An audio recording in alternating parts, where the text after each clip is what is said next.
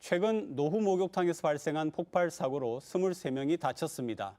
지은 지 30년 넘는 오래된 목욕탕들이 화재 등 위험에 노출돼 있습니다. 영상 보고 얘기 나누겠습니다. 4층짜리 목욕탕 건물에서 시뻘건 화염과 함께 폭발이 일어납니다. 그런데 큰 불길이 잡힌 20분 뒤쯤 더 큰 2차 폭발이 발생했습니다. 근처에 있던 사람들이 폭발의 충격으로 튕겨져 나가고 현장은 순식간에 아수라장으로 변했습니다. 억수로 소리 크고 또 한참 있다가 또 소리가 팡팡팡팡 이렇게.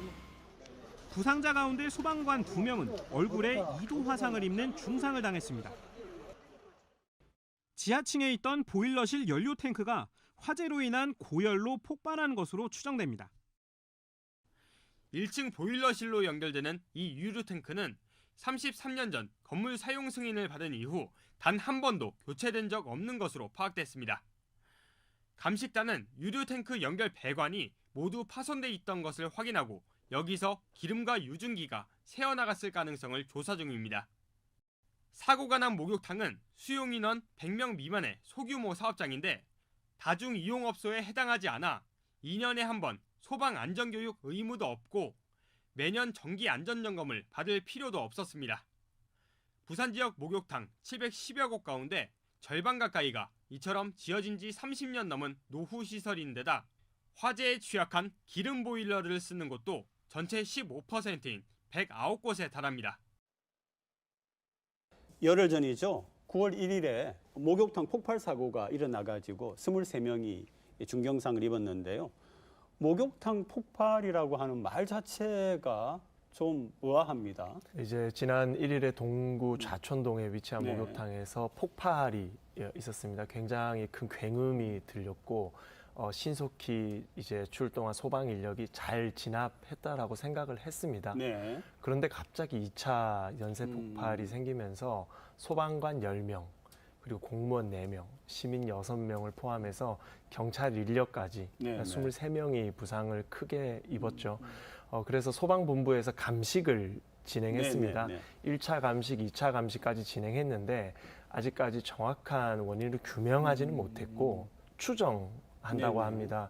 이제 연료 탱크에 크랙이 있었고 연료 그리고 탱크에 연료 탱크에 기존에 경유 2,000리터가 있었는데 586리터만 남아 있었다고 해요. 네. 그래서 한 1,500리터가 이제 응집했다가 폭발을 한 게 아니냐라는 추정을 하고 있다고 합니다. 그나마 다행스러운 것은 이날 해당 목욕탕이 영업을 하지는 않았다고 합니다. 그래서 더 많은 인명 피해로 이어지지 않은 것은 우리가 불행 중 다행으로 해석할 수 있겠다고 생각합니다. 그런데 이 건물이 화재 관리 의무 대상에서 제외되어 있었다. 이건 또 무슨 말입니까?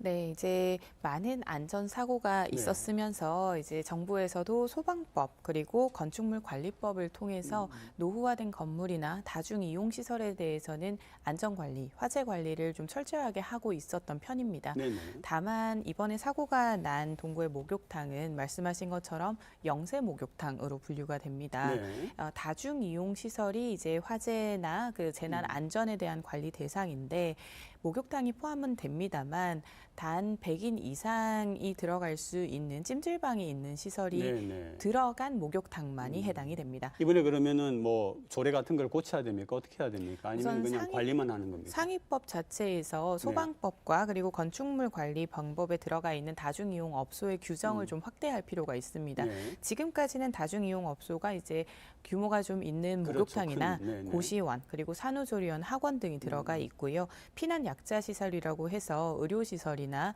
또 노약자분들이 이용하는 시설 그리고 청소년 수련원이나 지역아동센터 등이 포함이 됩니다.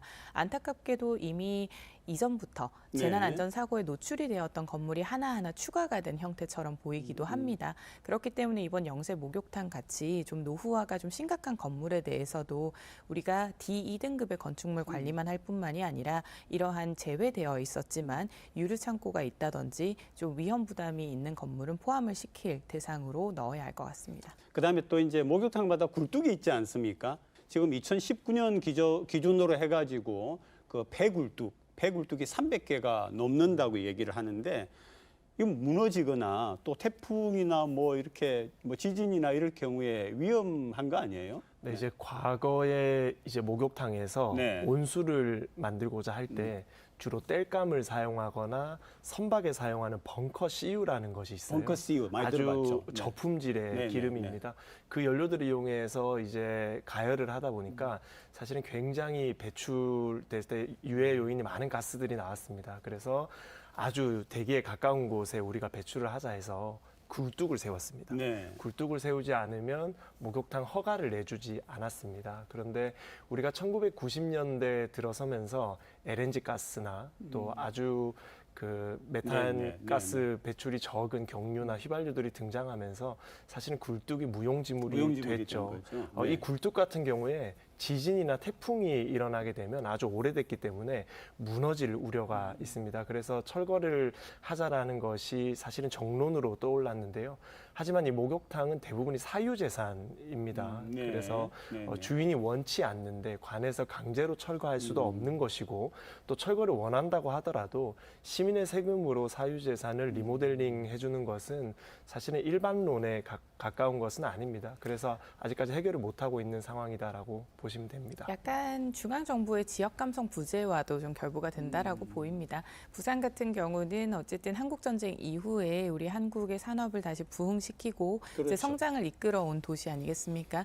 그러다 보니 노후화된 건물이 많을 수밖에 없습니다. 네. 하지만 수도권 같은 경우는 계속해서 개발이 좀 빠르게 이루어지고 이 노후화된 건물이 상대적으로 좀 적다 보니 이렇게 목욕탕에서 폐굴뚝에서 나오는 문제나 또 노후 건물로 인해서 일어나는 안전관리에 대해서 중앙 정부 차원에서는 그렇게 크게 체감하지 못할 수 있습니다. 그렇기 때문에 폐굴뚝에 대한 문제, 유류창고에 대한 문제, 그리고 이런 영세 목욕탕의 대상 확장 문제까지도 조금 더 감수성 있게 바라봐야 하지 않을까 생각합니다.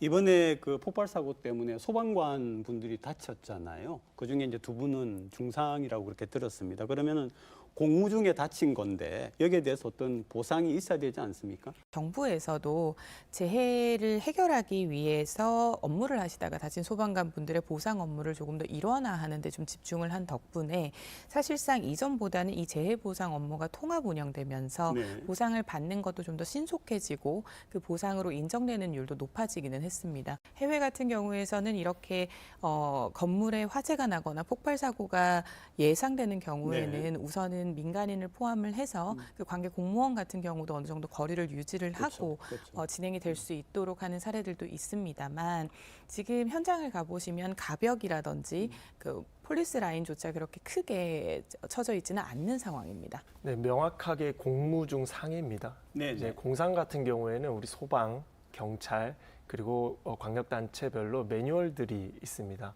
그래서 공상에 대한 시스템에 따라서 잘 이 조치가 될 수 있도록 해야 될 것이고요. 특히나 자세한 내용을 살펴보면 화상치료 지원, 심리치료 지원, 그리고 일정의 위로 형태의 또 보상까지도 할 수 있도록 명시가 잘 되어 있기 때문에 우리 국가와 국민을 위해서 일하다가 다치신 공무원들 또 우리가 잘 챙기는 것도 국가의 역할이라고 생각하고요. 시민들 같은 경우에는 부산시청에서 시민안전보험이라는 것을 들어놨어요. 네. 그것에 적용 가능한지를 검토하겠다라고 합니다. 그래서 모든 것이 시스템과 매뉴얼에 따라서 보상 절차가 원활하고 신속하게 이루어질 것이다라고 생각합니다.